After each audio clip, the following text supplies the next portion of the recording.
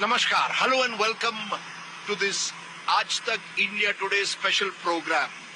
चुनावी मौसम है और चुनावी मौसम में हमारे साथ एक न्यूज मेकर है, राजस्थान के मुख्यमंत्री, कांग्रेस के नेता अशोक गहलोत जी। हम उनके साथ जा रहे हैं उनके जहाज में, यहां से उदयपुर, जयपुर से उदयपुर। अशोक जी, चुनाव का मौसम और क्या आप मानते हैं कि पूरी तरह से टक्कर है राजस्थान में इस बार, कांग्रेस बनाम बीजेपी? यहाँ का एक तरह से रिवाज रहा है कि हर 5 साल सरकार बदलती है और इतिहास देखा जाए तो कहेंगे कि अब बीजेपी की बारी है। 98 से 25 साल सरकारें बदलती रही है, किस तरह से आप देखते हैं? देखिए, मैं अभी केरला गया था जी। केरला में 70 साल से ही होता है, 5 साल एक बार कांग्रेस गठबंधन, एक बार कम्युनिस्ट गठबंधन। इस बार जब मैं गया तो मुझे कहा इसका रिवाज बदलेगा, सरकार रिपीट होगी कम्युनिस्ट पार्टी की। मैंने कहा क्यों? इसलिए कि अच्छा काम किया कोरोना के अंदर।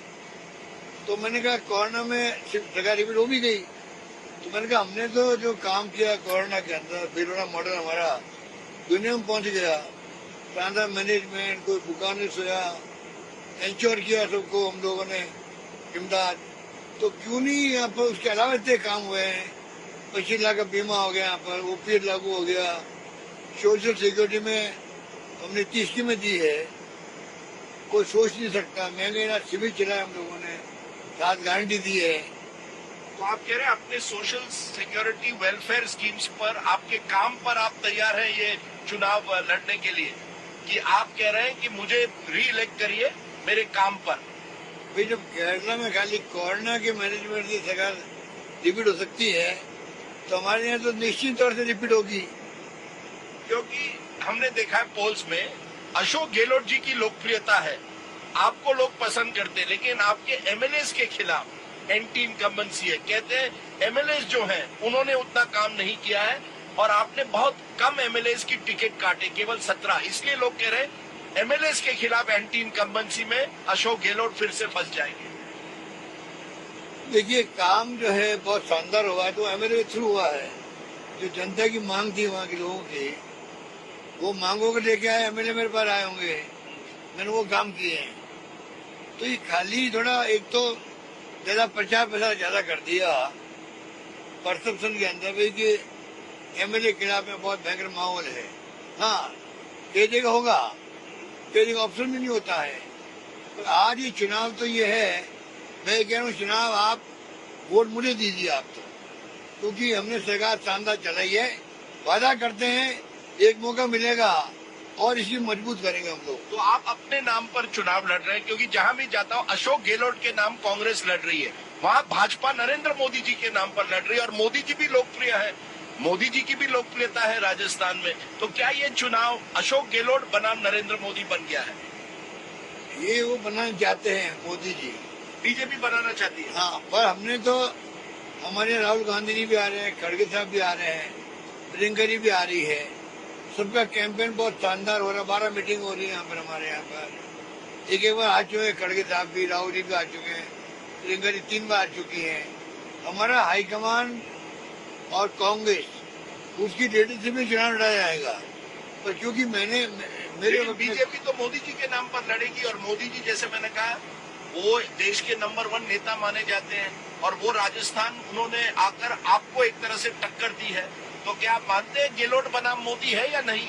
ये होना नहीं चाहिए। देखिए, मोदी जी जो है, क्या चुनाव के बाद मोदी जी आके यहाँ सड़कें बनाएंगे, स्कूल खोलेंगे, कॉलेज खोलेंगे, तहसील खोलेंगे? क्या काम करेंगे वहाँ करके? खाली अपने नाम के वोट मांगना, ये गुमराह करना पब्लिक को।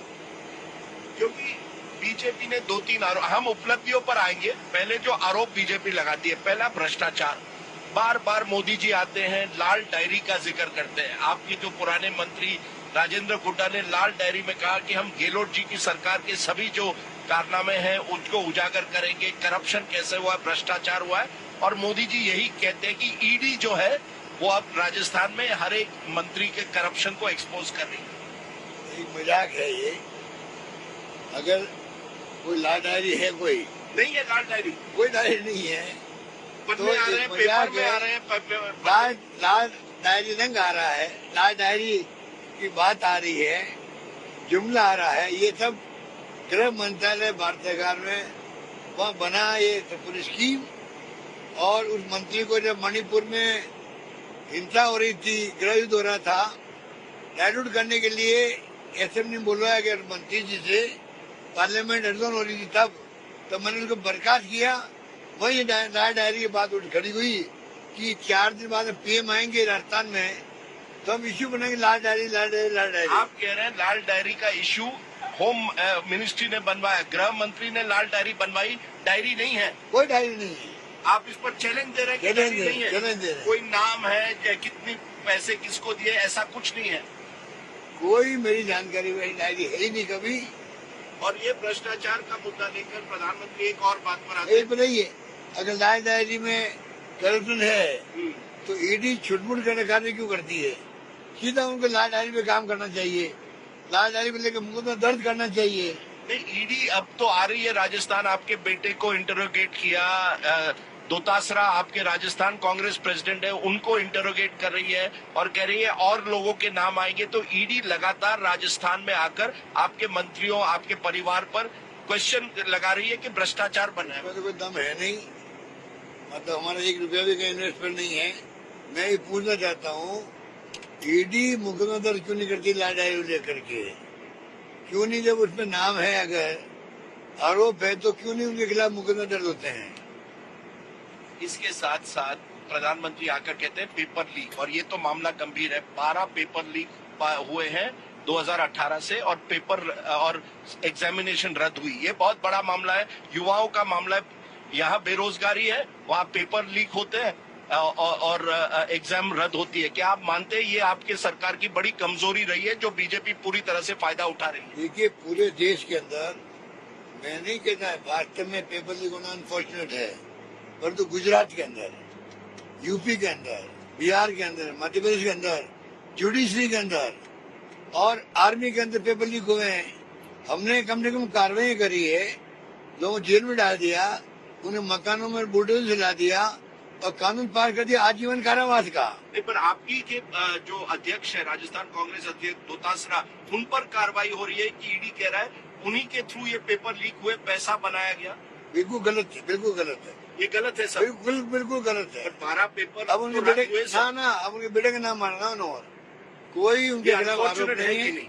अनफॉर्चुनेट है, इस प्रकार से कॉन्स्पिरेसी करके किसी का नाम बदनाम करो, इससे बड़ा अनफॉर्चुनेट क्या हो सकता है? पर अगर आपकी सरकार आई तो क्या आप गारंटी दे सकते हैं कि इसके बाद कोई पेपर लीक नहीं होगा? अभी भी आजीवन कारावास हमने कानून बनाया है, उसके बाद में कोई पेपर लीक नहीं हुआ है। तो और मुद्दा उठता है विमेन सेफ्टी का। बीजेपी कहती है महिलाओं की सुरक्षा को लेकर अशोक गहलोत की सरकार कमजोर रही है। क्या आप मानते हैं कि सरकार कमजोर रही है? बलात्कार के वो फिगर देते हैं 17 से 18 केसेस पर डे, ये उन्होंने सार्वजनिक किया और कहा एनसीआरबी की डेटा देखिए, Rajasthan is in top 5 when it comes to atrocities against women. वहाँ झूठ बोलते हैं, वहाँ झूठ बोलते हैं। इक्का दुक्का घटनाएं समय को हो रही है, हुई है।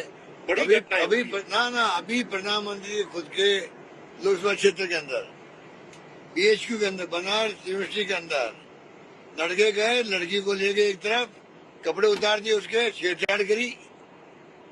पर ये ऐसी घटना तो होती नहीं है, कई जगह पर बहुत ही कंडेम करने योग्य घटनाएं होती है, पर छुटपुट घटनाएं सब जगह हुई है। पर जहाँ से करप्शन की बात ये करते हैं, शायद इनको मालूम होना चाहिए कि हिंदुस्तान भर के अंदर सबसे अधिक कोई छापे पड़े हैं एसीबी के तो राजस्थान पड़े हैं। यानी करप्शन है, यानी खास करके वही मैं कह रहा अफसरों हूँ में है। आपको, वही मैं कह रहा हूँ आपको। अगर छापे नहीं डालते क्या मतलब करप्शन नहीं होता? छापे डाले हम लोगों ने, जीरो टॉलरेंस रखी, तो क्या करप्शन इसलिए छापे पड़ रहे हैं? इसका मतलब छापा डालना नहीं चाहिए था, तो लगता है करप्शन ही नहीं है इसका मतलब। एक और आरोप जो लगता है वो है माइनॉरिटी अपीसमेंट। प्रधानमंत्री, हम उदयपुर जा रहे हैं, यहाँ उन्होंने अपने पहले रैली में कहा था कांग्रेस आएगी तो आतंकवाद को बढ़ावा मिलेगा। उन्होंने कन्हैया लाल का उदाहरण दिया था कि 2 कट्टरवादी मुसलमानों ने उसको मारा था लास्ट ईयर जून में, और सरकार, वो आपकी सरकार से पूछ रहे हैं, आप तुष्टीकरण कर रहे हैं, मुस्लिम्स को माइनॉरिटी अपीसमेंट करते हैं। ये देखो, ये मारने वाले लोग थे, और इन्होंने जो मारने वालों ने ये बीजेपी के संबंधित लोग हैं और बीजेपी ने इनको छुड़ाया, थानों से छुड़ाया इनको, इनका स्वागत किया जो भी हज करके आए। तो इस प्रकार के मैं आपको बता रहा हूँ, जो फॉरवर्ड करूंगा आपको मैं भी। आप कह रहे हैं जिन्होंने कन्हैयालाल को मारा था उनका बीजेपी के साथ संबंध है। बिल्कुल बिल्कुल बिल्कुल। पर उनका कहना है कि आपने ठोस कार्रवाई कई ऐसे उदाहरण दिए हैं उन्होंने कि एक तो सांप्रदायिक तनाव बढ़ा है और मुसलमानों को आपने बचाने की कोशिश की है। ये किस तरह से आप देखते हैं? ये क्या हिंदू मुस्लिम की राजनीति हो रही है कि नहीं राजस्थान में? ये तो बेहुदा बातें होती है, मैं क्या जवाब दूं इनका। इतना मैं कह सकता हूँ, ये लोग जो थे मारने वाले, ये बीजेपी के जो कुनबा बना उन्हीं से संबंधित लोग थे। इनका जहाँ तक मुझे ख्याल है, इनका स्वागत किया गया जब ये हज वगैरह आए थे। नंबर 2, इनको कोई दूसरे मुकदमे में अरेस्ट कर लिया पुलिस ने, छुड़ाने वाले बीजेपी के नेता थे। नंबर 3, नंबर 4, इतनी बड़ी संगीन घटना हो गई, दंगे भड़क सकते थे। मैंने मेरे टूर प्रोग्राम कैंसिल किए, आया उदयपुर के घर गया, इनके मोहल्ले में गया, चीफ सेक्रेटरी गई, हमारे डीजी पुलिस गए और हमने सांत्वना उनको दे दी। 2 घंटे पकड़ लिए हम लोगों ने, मुझे 2 घंटे पकड़ लिए और उसी रात केस ले लिया एनआईए ने।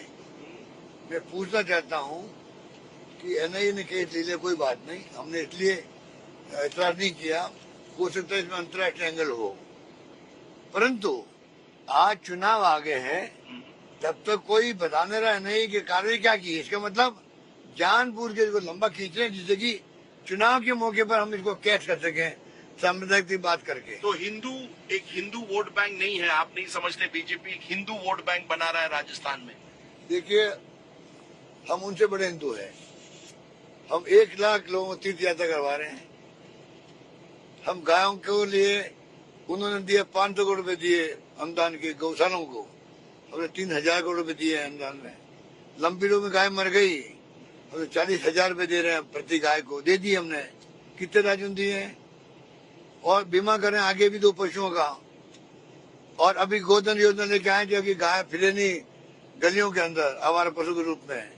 ये इसी बात पर मैं आने वाला था। इस चुनाव में आप कुछ आश्वासन दे रहे हैं, बीजेपी आश्वासन दे रही है। बीजेपी ने अपना मैनिफेस्टो निकाला है, आपने अपने 7 गारंटी दिए हैं। बीजेपी कह रही है वो अब सिलेंडर देगी 450 रुपए में, आप कह रहे हैं 500 रुपए में देंगे। आपने कहा है कि हर परिवार की जो महिला है उसको हर साल 10,000 रुपए मिलेंगे।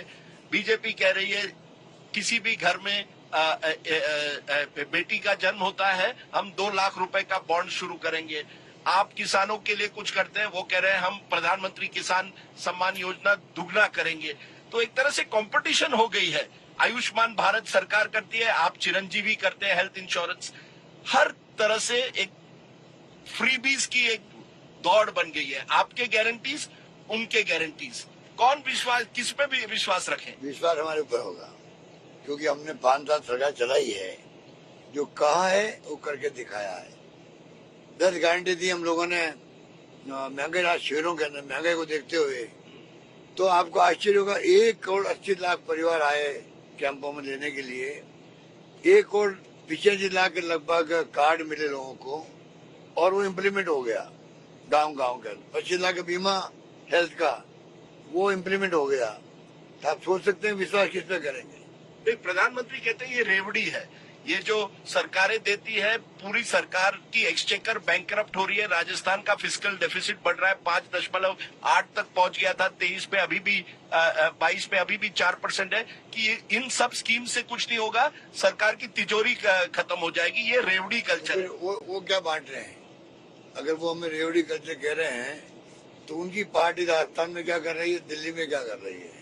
उनको रेवड़ी नहीं कहेंगे क्या? वो उनकी बात में कोई दम नहीं है, चुनावी जुमले बोलते खाली। उन्होंने बड़े बड़े मैनिफेस्टो में वादे किए हैं लोगों के सामने, जैसे मैंने कहा किसान सम्मान योजना दुगना करनी है, हम महिलाओं के लिए करेंगे, वो करेंगे। तो दोनों तरफ से एक तरह से ये हो रहा है कि आपके वादे उनके वादे। अगर आप देखेंगे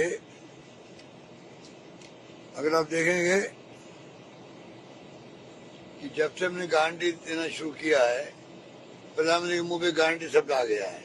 जब से गारंटी आपने का शब्द यूज किया है, इतनी बातें छोड़िए। प्राइम मिनिस्टर खाली भड़काने वाला काम कर रहे हैं राजस्थान के अंदर, जो नहीं करना चाहता हूँ। जिस लैंग्वेज में करें वो अस्वीकार्य हम लोगों को है। बिल्कुल ऐसी लैंग्वेज काम नहीं लेनी चाहिए प्राइम मिनिस्टर को, क्योंकि उसे लोग भड़क सकते हैं, आग लग सकती है। ये मेरा आरोप है उनके ऊपर। आप जो भाषा काम ले रहे हो, यहाँ की सरकार की सहानुभूति आतंकवादियों के साथ में है, और यहाँ की कांग्रेस जो है इस प्रकार राजस्थान को बर्बाद करके छोड़ेगी। तो मैं पूछना चाहता हूँ, अगर कोई सरकार हो, हमारी हो या किसी पार्टी की हो, उसकी मिली भगत या सहानुभूति आतंकवादियों के साथ में है, उस सरकार को केंद्र को बर्खास्त क्यों नहीं कर देना चाहिए? ये आप चैलेंज दे रहे हैं एक तरह से। हमारी सरकार बर्खास्त कर दे वो। अगर आतंकवादियों की सहानुभूति रखते हैं, हमें क्या हक है सत्ता में रहने का? एक आपकी स्कीम का जिक्र बार बार होता है, चिरंजीवी स्कीम।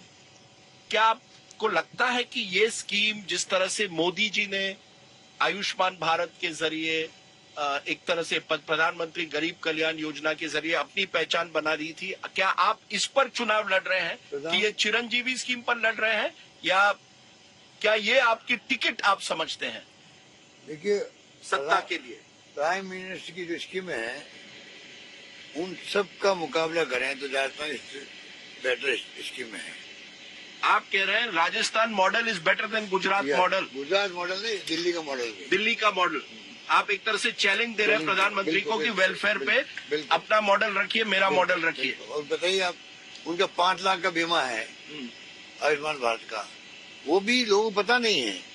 वो खाली ऐसे सीसी जो सर्वे हुआ था यूपी गवर्नमेंट, उन तक सीमित है वो, और कई राज्यों में 20%, कई राज्यों में 25% तक सीमित है कैटेगरी। NFS वालों कैटेगरी बना दी। हमारा राज्य एकमात्र ऐसा राज्य है पूरे राजस्थान के वासियों के लिए है, गरीब अमीर कोई हो भले। तो आप एक तरह से चिरंजीवी, 2 दिन का है फर्क, पूरे प्रदेशवासियों के बीमा है हमारा हिंदुस्तान में कहीं नहीं है। यही तो मैं कह रहा हूँ आपको कि आम लोग समझ नहीं पाते इन बातों को, क्योंकि परसेप्शन बन गई थी कि ये जो कांग्रेस जो है एक दूसरे की लड़ाई की वजह से ये चुनाव हारेगी। अब परसेप्शन कुछ बन रहा अलग बात है।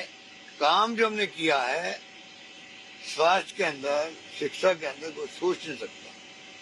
दुर्घटना बीमा कर दिया हम लोगों ने 10 लाख का।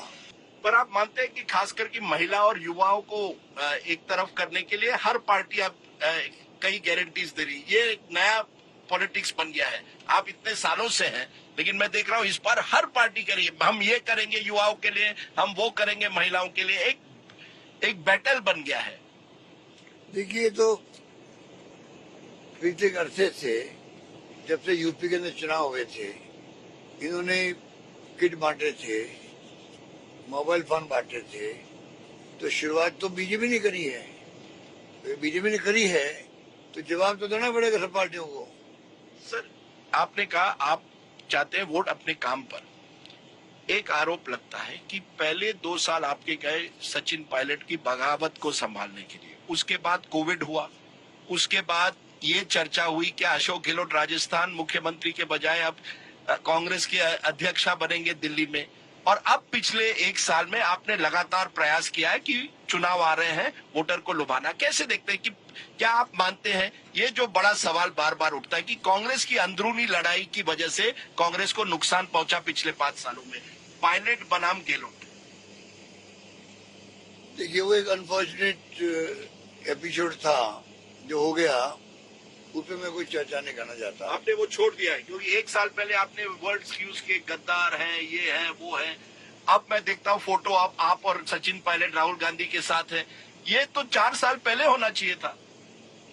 कहना मैं, वो एक अनफॉर्चुनेट एपिसोड था जो बीजेपी का प्लान था, षड्यंत्र था उनका। जैसे उन्होंने मध्य प्रदेश में किया, महाराष्ट्र में किया, कर्नाटक में किया, वही 4 उनकी याद थी।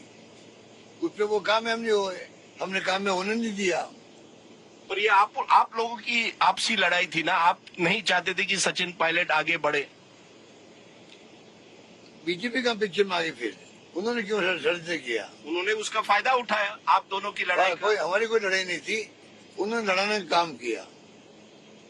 ये मुझे बताइए कि आप कह रहे हैं कि वो क्लोज चैप्टर है, चलिए मान लिया, क्या ये भी क्लोज चैप्टर है कि अशोक गहलोत को कांग्रेस अध्यक्षा ने, सोनिया गांधी तब थी, कि आइए दिल्ली आप अध्यक्ष बनिए, और एक बगावत हो गई है और आपने कहा नहीं मैं नहीं आऊंगा? एक क्लैरिफाई कर दीजिए। ये बिल्कुल बात सुनिए, बिल्कुल गलत बात है। वो पद बहुत गरिमामय पद था। मुख्यमंत्री से 100 गुना ज्यादा पद में महत्वपूर्ण मानता हूँ, पद को मानता हूँ। वो एक रिएक्शन हो गया कि पता नहीं आज जाएंगे प्रस्ताव। आप तैयार थे जाने के लिए? मैं तैयार था, बिल्कुल। आपकी पार्टी तैयार नहीं थी, आपके एमएलए तैयार नहीं थे? हाँ, एग्जैक्टली वो उनके अंदर दिमाग में रहा कि वो या ये नहीं है सही कि आप चाहते थे कि पायलट ना बने इसलिए आप यहाँ रुक गए? मैं कुछ नहीं चाहता था। जो कुछ चाहते नहीं चाहते थे वो एमएलए ने खुद ने, स्पॉन्टेनियस रिएक्शन इतना भयंकर हो गया, उसको हमको रोक नहीं पाए थे। इसलिए मैंने माफी मांगी जाके मैडम से। फिर आगे का देखते हैं। अशोक जी, आपने कितने 11-12 चुनाव लड़े हैं, 5 बार एमएलए, 5 बार आप 3 बार मुख्यमंत्री, केंद्रीय मंत्री रहे हैं। अब अशोक गहलोत किस तरह से अपनी राजनीति देखते हैं? क्या अशोक गहलोत का फ्यूचर क्या है? देखिए, मेरा फ्यूचर तो कांग्रेस हाईकमान के हाथ में है। जो भी वो चाहेंगे वो जिम्मेदारी मुझे मंजूर है। कोई पद मुझे बहुत मिल चुके हैं हिंदुस्तान में। मैं बहुत ही संतुष्ट नहीं, अति संतुष्ट पॉलिटिशियन में हूँ। मैं अति संतुष्ट पॉलिटिशियन में हूँ। कोई एम्बिशन नहीं, कोई महत्वाकांक्षा नहीं, अति संतुष्ट पॉलिटिशियन में हूँ मैं। मैंने 3 बार केंद्रीय मंत्री, 3 बार मुख्यमंत्री, 3 बार पीसीसी प्रेसिडेंट और 3 बार एआईसीसी के महामंत्री, 5 बार मेंबर पार्लियामेंट, 5 बार एमएलए। सब कुछ मैं संतुष्ट नहीं, अति संतुष्ट हूँ। तो मेरे लिए क्या है, पार्टी डैमेज नहीं होनी चाहिए मेरे कारण से। जो पार्टी मुझे इशारा करेगी वो मुझे मंजूर होगा। मैं फिर से वो जहां हमने शुरुआत की थी वहीं करता हूँ। 2003 में आप 98 आप मुख्यमंत्री बनते हैं, 2003 का चुनाव आप हारते हैं, आप फिर से 2008 में बनते हैं, 13 का हारते। ये जो अशोक गहलोत जी पर आरोप लगाया जाता है कि आप ब्यूरोक्रेट्स की बहुत सुनते हैं, नेताओं की कम, इसलिए आप चुनाव नहीं जीत पाते हैं। क्या अशोक गहलोत मास लीडर उस तरह के हैं जो चुनाव जीत सकते हैं? चुनाव जीतना अशोक गहलोत के लिए इतना आसान नहीं होता, क्योंकि आप अफसर ब्यूरोक्रेट्स पर ज्यादा भरोसा करते हैं जब आप सरकार में आते हैं। ये आरोप गलत है, आरोप गलत है। जितना फ्रेंडली मैं हूँ हमारे पब्लिक से भी या कार्यकर्ताओं से, कोई नहीं हो सकता है। मुझे बहुत प्यार मिलता है उन लोगों का और मुझे अच्छा भी लगता है। ये तो खाली जब चुनाव हार जाते हैं तो कोई भी कुछ भी कह सकता है, उसका अधिकार बन जाता है, जैसा आप कह रहे हो। सर, एक ओबीसी फैक्टर है। राहुल गांधी आते हैं, कहते हैं कास्ट सेंसस करेंगे, मध्य प्रदेश में भी कह रहे हैं, राजस्थान में भी कह रहे हैं। आप ओबीसी समुदाय से आते हैं, एक तरह से आप चेहरा बन गए हैं कांग्रेस ओबीसी, ये जो पॉलिसी बन गई है। क्या आप समझते हैं, प्रधानमंत्री कहते हैं इस एक ही समाज होना चाहिए, गरीब, इसमें कोई ओबीसी कुछ नहीं होना चाहिए, इससे हिंदू समाज बढ़ जाएगा। क्या आप समझते हैं ओबीसी की राजनीति अब राजस्थान में है, जाति की राजनीति हर राज्य में है, खास करके राजस्थान जैसे राज्य में? नहीं, प्रधानमंत्री खुद ही कहते मैं ओबीसी का हूँ, मैं गरीब हूँ। खुद ही उन्होंने शुरुआत करी गुजरात के अंदर, मैंने खुद सुना उनको। तो वो कैसे ऐसी बातें कर रहे हैं? राहुल गांधी जी कहते हैं कि कास्ट सेंसस होना चाहिए, ये मांग हर वर्ग की है देश के अंदर। बीजेपी भी इसका विरोध नहीं कर पा रही है। पूरे देश के अंदर कास्ट सेंसस की मांग है। आप करवाएंगे कास्ट सेंसस अगर आपकी सरकार? हमने आदेश दे दिए, यहाँ पे तो हमने आदेश जारी भी कर दिया है। आपकी रिलेशनशिप राहुल गांधी, प्रियंका गांधी वाड्रा से कैसी है? क्योंकि सवाल बार बार उठते हैं, is Ashok Gehlot friendly with Rahul Gandhi या नहीं, या राहुल गांधी की एक नई जनरेशन आ रही है, अशोक गहलोत पुराने जनरेशन के, अहमद पटेल, सोनिया गांधी एक अलग जनरेशन के हैं। कोई जनरेशनल वॉर है? मेरे साथ तो कोई है नहीं। मेरे साथ तो संबंध जो है वो, मैंने एक बात कही थी, विनोबा भावे की एक पुस्तक है गीता माता, उसमें वो लिखते हैं मेरा और गीता माता का संबंध जो है वो तर्क से परे है, नो आर्ग्यूमेंट, तर्क से परे है। तो मेरा और गांधी परिवार रिश्ता है वो तर्क से परे है। तो अगर चुनाव आप जीतते हैं तो मुख्यमंत्री आप ही, ये तो आप गारंटी दे सकते हैं। आपने 7 गारंटी दिए हैं लोग जानना चाहते हैं, गारंटी ये भी है क्या कि अगर वो वोट करते तो अशोक गहलोत ही बनेंगे ना मुख्यमंत्री, कोई और तो नहीं बनेगा? देखिए, अभी जो हालात देश में बने हुए हैं, आप बिलीव नहीं करेंगे।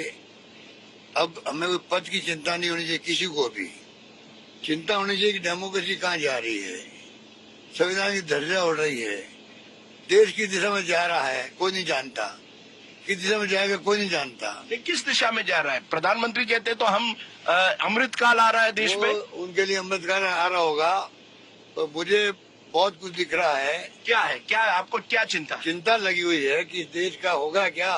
क्यों? जिस प्रकार से धर्म के नाम पर राजनीति हो रही है देश के अंदर, आज कोई पत्रकार, साहित्यकार, लेखक या कोई राजनीतिज्ञ विरोध में बोल जाए, आलोचना करते सरकार की, आप जेल जाओ, आप देशद्रोही हो। जिस देश में ये स्थिति बन जाती है, कितने बेचारे लोग एक एक साल जेल में बैठ के आ रहे हैं बाहर। क्या हो रहा है देश के अंदर? चिंता वो नहीं चाहिए। अब क्या पद की चिंता करें हम लोग? पद बहुत कुछ मिल गया है। इन बातों के लिए चैलेंज जो हमारे सामने है, उसके लिए मैं क्या कर सकता हूँ, मेरी पार्टी क्या कर सकती है, मेरी हाईकमान क्या कर सकती है, उनका हम साथ देंगे। आप मुझे गारंटी ये नहीं दे रहे हैं राजस्थान की जनता को कि अगर वो कांग्रेस को वोट दे तो क्या अशोक गहलोत ही बनेंगे ना मुख्यमंत्री, या कोई और है? ये फैसला हाईकमान करेगी। ये फैसला हाईकमान पे आपने छोड़ दिया है। और अगर आप हार जाए ये चुनाव, तो फिर अशोक गहलोत जी का क्या, फिर क्या भविष्य? अभी आप बताया, आपको जो मैंने अभी बताया था कि अभी हम क्या कर सकते हैं देश के लिए, चिंता वो होनी चाहिए हमें। हारना, जीतना, पद लेना, पद नहीं मिलना, ये सब बातें सेकेंडरी मेरे लिए वो। क्योंकि ये चुनाव कई लोग समझ रहे हैं सेमीफाइनल है, फाइनल 2024 में है, आम चुनाव होंगे। क्या आप मानते हैं एडवांटेज मोदी आम चुनाव में, ये आप मानते हैं? मोदी जी का और बहुत नीचे जा रहा है, ग्राफ नीचे जा रहा है। कोई उसकी क्या कई लोग पिछली बार भी ये कहा था, आप 2018 में जीते चुनाव राजस्थान में, पर 19 में 25 के 25 सीटें बीजेपी के पास गई। उस वक्त में उनका और था, उस वक्त तक इस बार काफी फर्क पड़ा है फर्क? कोई फर्क पड़ा। लोग समझने लगे कि भाई ये हो क्या रहा देश के अंदर। ये ईडी, इनकम, सीबीआई, मैं फिर कहूँगा आपको, तीनों प्रीमियर एजेंसी हमारी है, तीनों क्रेडिबिलिटी रहनी चाहिए, वरना देश की अर्थव्यवस्था को बहुत बड़ा नुकसान होगा। इकोनॉमिक ऑफेंडर भी खुले छूटते घूमते रहेंगे, रेवेन्यू कम होगी आपकी। हमारे लिए जरूरी तीनों एजेंसियां इम्पोर्टेंट है, इनकी क्रेडिबिलिटी खत्म हो रही है, बनी रहनी चाहिए, ये हमारा ख्वाहिश है। सर, हम कुछ क्षणों में लैंड करने वाले, एक सवाल पूछना चाहिए कि सुना है कि आप बड़े हिंदी पुराने गानों के शौकीन हैं, या आप गाते हैं या सुनते हैं, या कोई आपका फेवरेट गाना है? अशोक गहलोत जी जब अपने साथ कोई समर्थक नहीं, फॉलोअर नहीं, अपने साथ आराम से बैठे हुए घर में परिवार के साथ, तो क्या गाना गाते हैं? कोई तो होगा आपका फेवरेट है। देखिए, वो तो मैं तो खाली ओल्ड सॉन्ग जो है यूट्यूब में आते रहते हैं, सुनते रहते हैं। कोई तो होगा फेवरेट? फेवरेट कुछ नहीं है, सब फेवरेट है। किशोर कुमार या मोहम्मद रफी? सब फेवरेट है। इतना मैं लता मंगेशकर या आशा भोसले? मैं कभी गहराई में गया ही नहीं, बस खाली मैं ओल्ड सॉन्ग सुनता हूँ। ये मुझे शौक जरूर है, कि फिल्में देख नहीं पाते कभी। मैं दर्शकों को इसलिए कह रहा हूँ कि अशोक गहलोत की कौन सी बात है जो हम नहीं जानते हैं, जो कोई ऐसी बात होगी जो जनता नहीं जानती है, जो जानना चाहिए? यही बात देख लीजिए। क्योंकि आपकी जर्नी बहुत, आप एक छोटे से परिवार से आए जोधपुर में, और आप इतने बड़े मुकाम तक पहुंच गए। क्या सबसे बड़ा चैलेंज रहा है इतने सालों में आपके साथ? कुछ नहीं, बस काम करने धुन थी, तो सारे प्रायोरिटी पीछे रह गई, और पॉलिटिकल एक्टिविटी या सेवा भाव या कंस्ट्रक्टिव काम करने का रुचि थी बचपन से ही। मैं बचपन से ही जब बांग्लादेश से बाहर हुआ था, तो मैं बॉर्डर पे गया था, वहाँ पे रह के आया, वहाँ पे शरणार्थी शिविरों में काम किया हम लोगों ने, सफाई का काम किया, जितने ही सोशल वर्क मैंने किए बचपन में। ये सेवाग्राम आश्रम में रहा मैं 15 दिन तक। एक तरुण साथी सेना हुआ करती थी, गांधी पीस फाउंडेशन की एक ब्रांच, उसमें मैंने कैंपों में अटेंड किए। तो बचपन मेरा सोशल वर्क का एक फील्ड रहा है। 24/7 नेता, जिंदगी भर नेता रहेंगे, नो टायर्ड नो रिटायर्ड। यही है जिंदगी में, अंतिम सांस तक सेवा करने का संकल्प है, बस समझ लीजिए। मैं एक गाना आपको सुनाता हूँ, आप उसके जिंदगी के सफर में गुजर जाते हैं, वो याद है कि नहीं? हाँ, तो और एक गाना, मुसाफिर हूँ यारो, ना घर है ना आप मुझे ज्यादा गाना याद रखते हो। अरे नहीं सर, मैं भी आप ही की तरह हूँ, बाथरूम सिंगर हूँ। पर अशोक जी, आपने हमसे बात की, आप पूरे राजस्थान का दौरा कर रहे हैं, ये चुनाव आपके नाम पे लड़ा जा रहा है और इसी वजह से हम आपके साथ हैं, क्योंकि जहां भी जा रहे हैं आपका चेहरा दिख रहा है। तो कांग्रेस ने अपने सारे अंडे आपके साथ रख दिए इस बार कि अशोक गहलोत आप पर भरोसा है। देखिए, पब्लिक का प्यार, उनकी मोहब्बत, उनके विश्वास एक्स्ट्राऑर्डिनरी मेरे पास है, मेरे साथ है, इसमें कोई दो राय नहीं। आप कहीं जाओगे, राजस्थान की गलियों में जाओगे, गांव में जाओगे, ढाणी में जाओगे, और है कि नहीं कुछ, मेरे प्रति प्यार बहुत है, विश्वास बहुत है, एक्स्ट्राऑर्डिनरी है। चलिए, हम देखते हैं ये विश्वास जो आप कह रहे हैं, जो काम की बात आप कह रहे हैं, वो कितना जनता के बीच तक जाती है और जनता क्या चुनती है, ये हम जनता जनार्दन पर छोड़ते हैं। But thank you very much. Ashok Gehlot, Rajasthan chief minister, Rajasthan के मुख्यमंत्री अशोक गहलोत के साथ ये खास बातचीत। राजदीप सरदेसाई, आज तक और इंडिया टुडे के लिए।